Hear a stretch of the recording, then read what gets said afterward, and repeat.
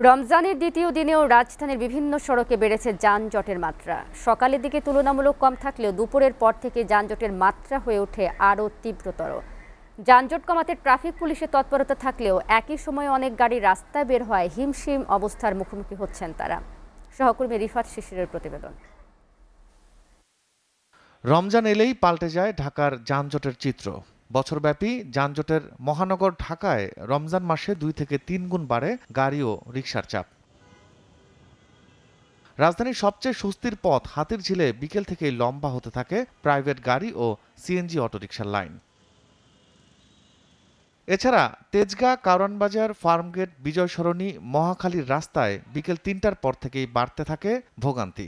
ইফতারের আগে ভয়ঙ্কর রূপ নেয়া এ চাপ ইফতারের পর কিছুটা কমতে থাকে। ইফতারের আজান দিলে ওই টাইমে আর কি যানজটটা কমে। এমনি সারাদিন যানজট ঠিকই আছে। বিকেল 4টা থেকে তারপর যানজটটা আস্তে আস্তে 5:30 পর্যন্ত যানজটটা বেশি থাকে আর কি। সেকেন্ড রোজা তো, যার কারণে একটু হালকা মনে হইতেছে, তো এখন পরে কি হয় বলতে পারবো না। ট্রাফিক বিভাগ সড়কের যানজট কমাতে তৎপর থাকলেও একই সময়ে অনেক গাড়ি রাস্তায় নামায় হিমশিম খাচ্ছেন তারাও। ট্রাফিক মেনটেন করার চেষ্টা করছি আমাদের সময় দিয়ে, এবং আমরা চেষ্টা করছি যে আমরা গুগল অ্যাপস আসলে ফলো করি। সেখানে ট্রাফিক দেখে যেই রাস্তাটাতে প্রেশার বেশি মনে হয় আমরা সেই রাস্তাটাকে রেগুলেট করার চেষ্টা করি। শুধু মহাসড়কে নয়, গুলশান, বনানী, উত্তরার মতো অভিজাত এলাকায়ও বাড়ছে ব্যক্তিগত গাড়ির চাপ।